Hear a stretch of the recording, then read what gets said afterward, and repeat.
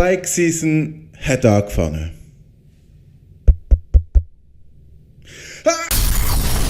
Wie jedes Jahr, die Sonne kommt raus, zum Glück, und die TÜV-Saison fängt an. Und mit der TÜV-Saison kommen auch alle Werbungen auf Facebook, in den Nachrichten, am Fernsehen, von wegen: hey liebe Autofahrer, ihr müsst mehr vorsichtiger sein über die armen TÜV-Fahrer. Und ich weiss, obwohl es etwas Gutes für mich ist, und danke vielmals für die Aufmerksamkeit, danke vielmals, dass ihr euch Sorgen macht an der Bike-Community, aber ich bin leider nicht einverstanden damit. Und zwar, was ich sagen wollte, ist, es ist nicht die Schuld, dass der Fußgänger über Rot durchgefahren ist. Es ist auch nicht die Schuld vom Velofahrer, dass er plötzlich mitten auf der Straße ist. Und es ist auch nicht die Schuld vom Autofahrer, wo er von Spur gewechselt hat, ohne Blinken. Sondern, und das müsst ihr jetzt wirklich gut verstehen, es ist deine Schuld. Also nicht deine, sondern meine. Also nicht meine, sondern unsere Schuld. Ich habe das schon mal in einem Vlog erwähnt und ich will das wiederholen, weil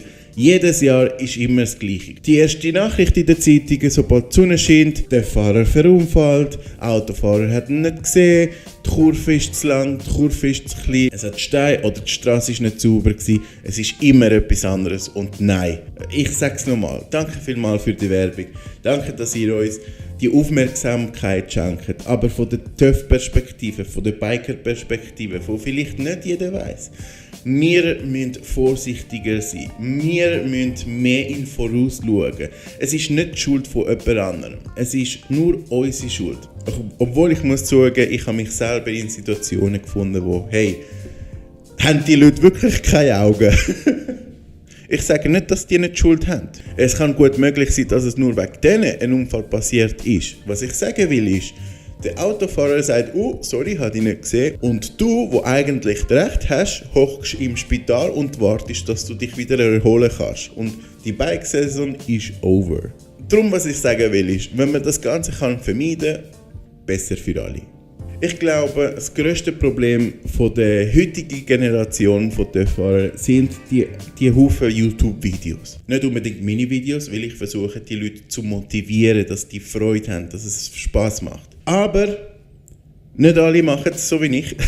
Leider gibt es einen Haufen Videos, wo man Unfälle sieht oder Unfälle provozieren, nur um die Aufnahmen zu haben. Weil irgendein Idiot entschieden hat, es ist eine coole Idee, das Ganze aufnehmen und die Welt zeigen, wie gemein die Autofahrer sind. Und das ist es nicht. Es ist nicht unbedingt so. Das einzige Gute an diesen Leuten ist, dass sie nicht lange mitmachen. Leider gibt es 1000 andere Nachfolger, die das Gleiche machen. Aber eben, wie gesagt, ich will euch da nichts sagen oder belehren. Sogar ich mit 13 Jahren der Erfahrung habe das Gefühl, ich kann noch nicht alles. Ich sollte oder ich möchte gerne ein paar Kurse besuchen, um meinen Fahrstil zu verbessern. Weil es gibt immer etwas zum Verbessern. Was ich nicht verstehen kann, ist, wieso denkt nicht so ein Lehrling oder jemand, der die Prüfung gerade bestanden hat. Weil ich denke, die Leute, die sobald die Prüfung haben, sagen: hey, ich habe die Prüfung, du kannst mir jetzt nichts mehr zeigen, ich kann fahren. Und das ist sehr falsch. Der einzige Grund, wieso ich den Vlog gerade am machen bin, ist zum sagen, sind ihr mehr vorsichtiger, tun ihr mehr die Leute respektieren und tun ihr viel mehr in Voraus schauen.